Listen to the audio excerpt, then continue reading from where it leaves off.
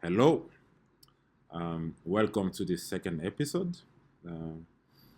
As the title suggests, today we are going to be talking about uh, why I think and why there is ample evidence that the US, despite Donald Trump's recent victory in the presidential election, which I covered in my last episode, why the US is the American electorate is ripe to be conquered by the left, by the real left.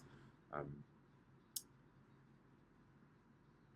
this episode is going to have, and that's independent of my own willingness, um, but it's going to have an ironic element to it, perhaps even a comical element to it, um, because in order to make my point, my general thesis, summarized by the title of this episode, I will uh, comment on the recent event that has shaken the United States, and it is the assassination of Brian Thompson, um, the United Healthcare CEO, the CEO of United Healthcare. Um, I mean, we've seen a range of reaction to this event since um, it occurred. And those events, if we were to map them on a spectrum, on a two-dimensional spectrum, range from on one side people that are, condemning, just treating the presumed assassin, who at this time is Luigi Mangione, um, American Italian, and we've learned a lot about him and his, um, and his biography, and his life, and the kind of life he led, and where he went to school. Apparently somebody that had a life that didn't predispose him to commit those acts. Now, at the time of this recording, not all the facts have been unveiled, not all the motivations have been unveiled. There are still kind of a dark cloud surrounding that question of what motivated him. But yeah, suffices to say that um, people are kind of, there are a lot of people that are just condemning him and treating him like the scum of the earth, right? And on the other side of that spectrum, you have people that are, at the very least, justifying his actions, or at worst, glorifying actually his actions. Um, so wherever you stand, you happen to stand on that spectrum. Um, One cannot help but notice that there was something quite remarkable about the American public's reaction to that assassination, and it is that, first of all, it seems to be the case now. Obviously, there hasn't been like solid polling about it so far, so all we have to rely on are what we see as reactions on social media. But I mean, on whatever platform you go to inspect what the state of the current reactions on that event have been, they've all seemed to converge on the side of the spectrum that either justifies or outright glorifies the actions of Luigi Mangione. And I guess if you had to explain that phenomenon, it would be summarized by that famous saying that everybody loves their healthcare plan until they have to rely on their healthcare plan. Medical debt is still a major source of bankruptcy for most of American citizens. In fact, it is the number one cause of bankruptcy for people living in America, um, which is insane and says a lot about the state of the US healthcare system. Um, so, obviously, such a, I mean, that states of the the US's healthcare system has been um, has made a lot of people angry at the system, and on that has happened to people on both sides of the political spectrum. That is the right, the left, and even beyond. And we can see that in this apparent bipartisanship that the actions of Luigi Mangione uh, seem to have enjoyed. I mean,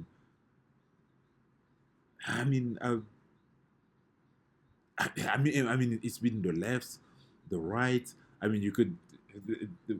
One of the most telling examples of that are the videos posted by Ben Shapiro, the famous right wing political commentator. He made a video recently talking about that case. Now he's right wing. He's like right wing. So obviously he aligns more with on the side of people that think that those actions were the actions committed by Luigi were reprehensible. But what's telling is that even in his comment section, which you may uh, reasonably suppose has been corrected to reflect the his political alignment, even in his own comment section, people are kind of dunking on him. I mean, people are just. I mean, people are saying or talking about like this is not a right or left issue.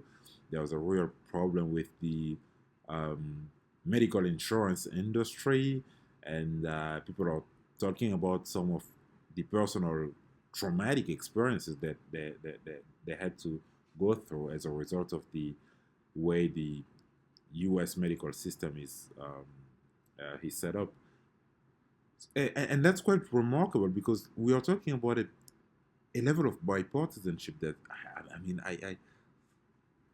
I don't really think I've witnessed in a long time, in a really, really long time.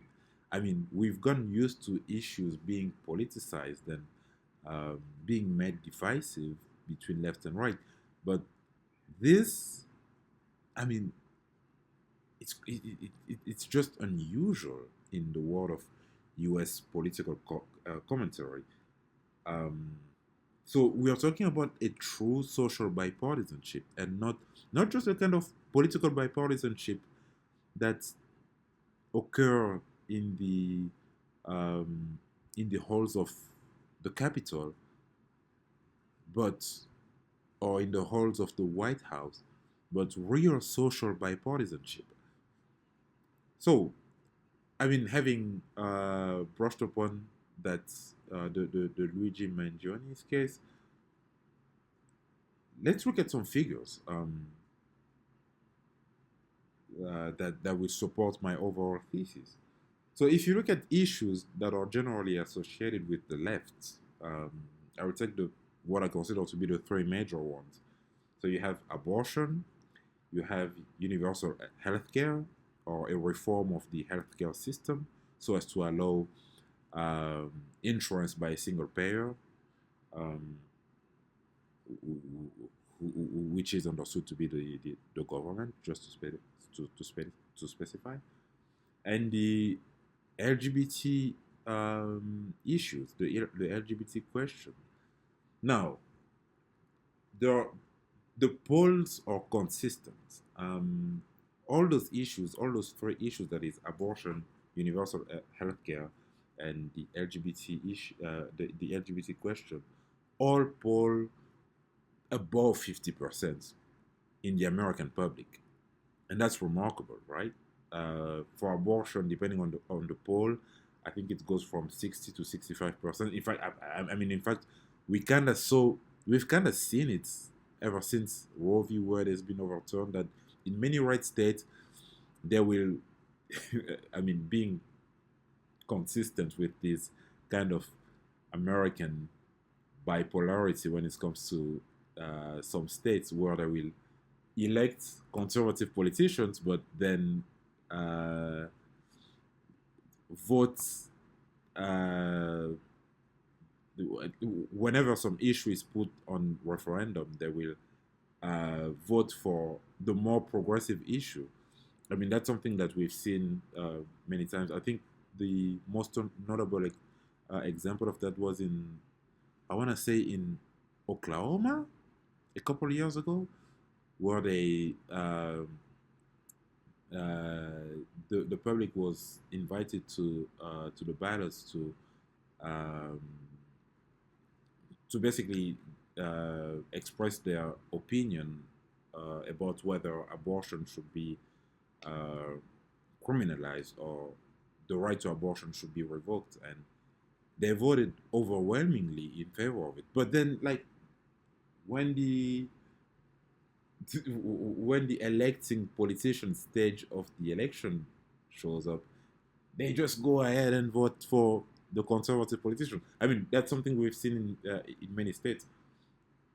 It's not surprising at this point, but it's also kind of weird. We gotta we gotta admit, like, I mean, if you like progressive policies, why would you not vote for progressive politicians?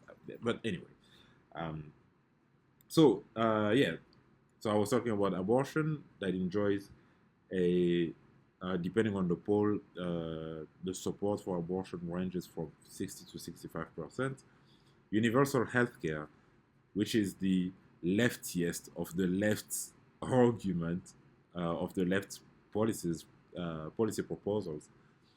Surprisingly, polls, depending on the polls, of course, ranges from 55 to 70%, which is surprising because, I mean, you would think that such a clear, I mean, it's perhaps as I said, like the leftiest of the left's policy proposals. You would think that it would have been smeared to the high heavens as communist or um, socialists, socialist facilitating with a hyphen between those last two words. But no, the American public clearly seems to have a despise for their current healthcare system, as, again, going back to the story that I used as my introduction, tend to reveal. And so, yeah, it's surprising, but at the same time, it's explainable why universal healthcare, that is a healthcare system that ensures that every American citizen or every American resident is guaranteed access to healthcare when they need it, according obviously by certain priorities, which more than likely is going to be the degree of seriousness of the need. And it's no mystery that people prefer that to the current system where your access to healthcare is first and foremost determined by your access to some capital, to some fund, to some money, right? Um, so that's not surprising. The third issue, the which is more social, the LGBTQ issue, also polls, depending on the polls, between 60 and 75%.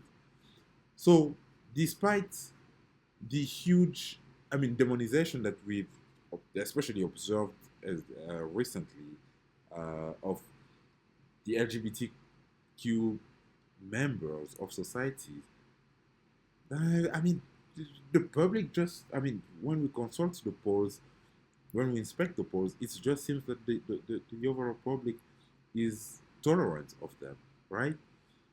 Now, obviously, saying that doesn't deny that obviously there are people that are homophobic, transphobic, and that are generally um, hostile to the LGBTQ members of society. But the polls suggest that the majority of Americans have normalized it, and that's a good thing, actually. So, this brings us back to the Luigi story, all right? So, if you have those cornerstone of the left, the American left policy proposals enjoying such a, I mean, a non-insignificant. That this is a significant. I don't know why I went for that for that sort of word, but a significant support among the American public, as again illustrated by the recent events concerning Luigi Mangione. Um, you would kind of be surprised to hear. I mean, if you keep that in mind, right, you would kind of be surprised that at the fact that many people on the right, specifically, I mean, when they are being questioned about why they seem to justify or glorify Luigi Mangione's action, they will say, "Oh, it's not a left or right issue, right? It's a common sense issue. This is an issue that everyone can agree on because healthcare. Uh, uh, my healthcare company or my insurance denied my grandma healthcare, and then grandma ended up dying, and a lot of people experience it on the left, on the right, and therefore it's made everyone hostile towards the medical insurance industry. And yeah, this is why it transcends this left v right um, dichotomy, this left v right divide. And I just want to tell those people because I specifically talked about the people on the right because I think for the people on the left, it's obvious. It is obvious that they are going to be more aligned with the Mangionis type. I mean, I'm not talking specifically about those that go around and shoot people in the street. Don't get me wrong, but people that will express their anger towards the current system in a pretty vocal manner, right? That's obvious for people on the left, but it is surprising to observe the same phenomenon on the right, and so they use that justification of like, this is actually not about left or right; it's just about being decent and the system working and doing what it's supposed to do, blah blah blah. And I just want to tell those people, well, actually, it is, it is a left v right issue. In fact, it is dead in the center of the left v right divide, at least in the context of the American political system, right? Um, and here's the kicker: are you ready? If you consider yourself right wing, if you are a registered Republican, or if you are a Republican sympathizer, or I don't know, you consider you label yourself conservative or whatever. If upon hearing about the Luigi Mangione event, you found yourself either justifying or glorifying Luigi Mangione's action, I got a big news for you. On that issue, you're just on the left. Right? Like you're just on the left, right? Surprise, surprise. Happy New Year. Merry Christmas. You're just on the left when it comes to that question. Right? This is the left's response to the current healthcare system, which, by the way, I mean, was significantly shaped by Obama, according to recommendations that came from the Heritage Foundation, if I'm not mistaken, right? Um, so, yeah, I mean, if you're on the right and you just find yourself sympathizing with Luigi, uh, you're just on the left on that specific issue. Now, you might still consider yourself right wing and you might still agree with the right on all the other issues that you agree with them on. But on this issue, on the healthcare coverage issue, you're just on the left, right? So um, yeah, and that is regardless of where you stand politically, whether you are a libertarian, whether you are hell, whether you are right, the far right or right, uh, whether you are an anarcho-capitalist, whether you are a communist, or it doesn't matter. You are just on the left on this issue, right? So, I mean, taking again, I'm not gonna make a commentary on the specific event. Maybe I will in a future episode where I can talk about the Brian Thompson's assassination and kind of analyze it in its entirety. Um, but to me, the fact that this event has occurred, not only has occurred, but has shown left leaning inclinations among people that we would have never suspected such feelings to reside in, um, to me, kind of constitutes the seed of a hope for the left, right? It means that the policies that they propose are actually popular, that people actually want it. Now, they're just going to have to find a way to politically, you know, to politically make it appealing so that they can win elections and actually elect representatives on the state and federal level that can ensure that those policies are put in place. Now that's a separate question. Obviously, it's the question of how do we dissimulate the medicine pill in the dog food, right? I mean that's that's the best analogy that I could have come up with of the reef, but um, yeah, like it's basic. I mean, the pill is the policies that will heal the dog in this analogy.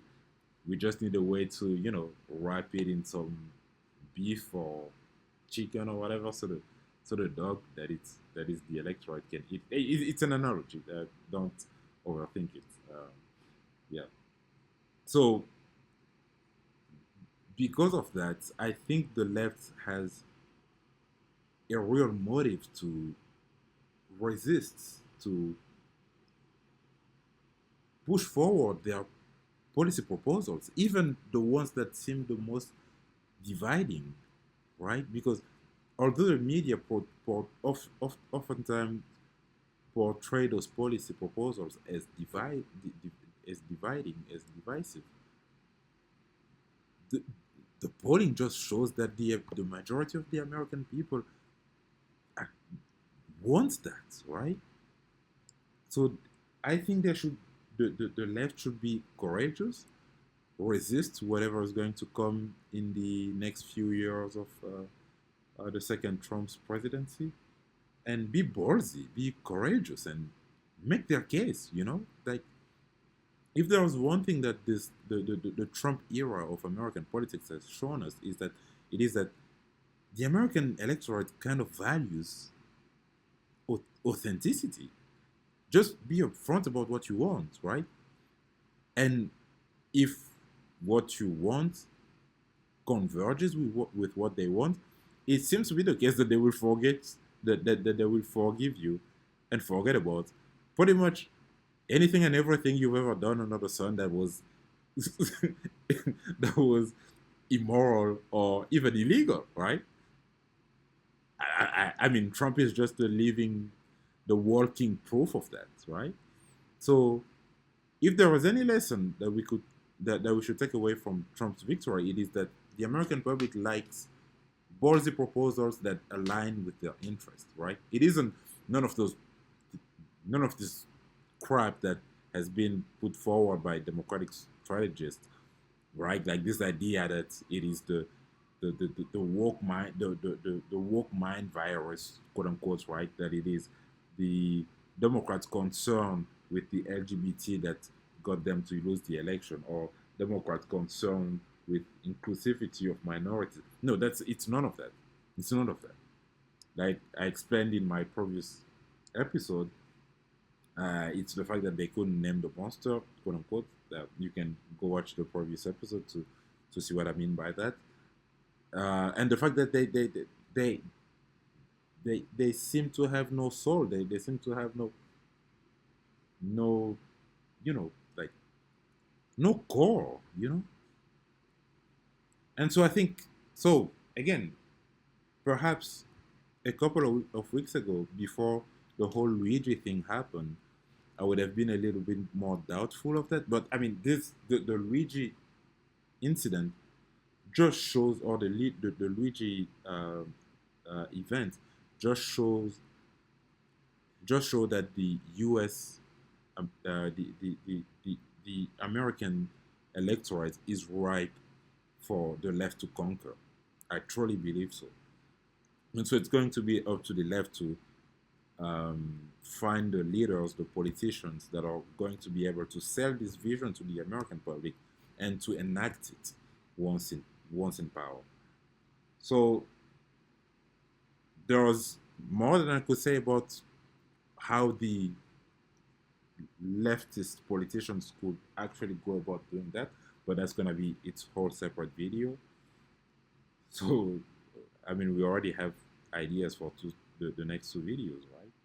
One, the analysis of Brian Thompson's assassination, and two, how the Democrats, and especially the progressive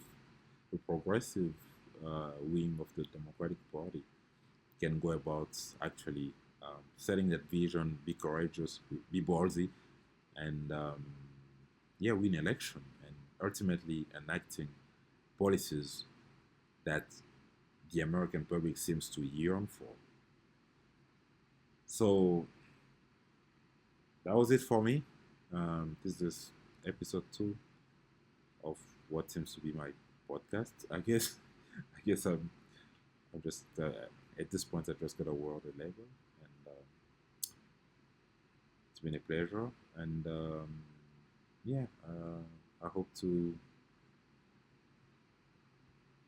meet you all for the next episode where we will talk about um, some more things concerning American politics. Thank you.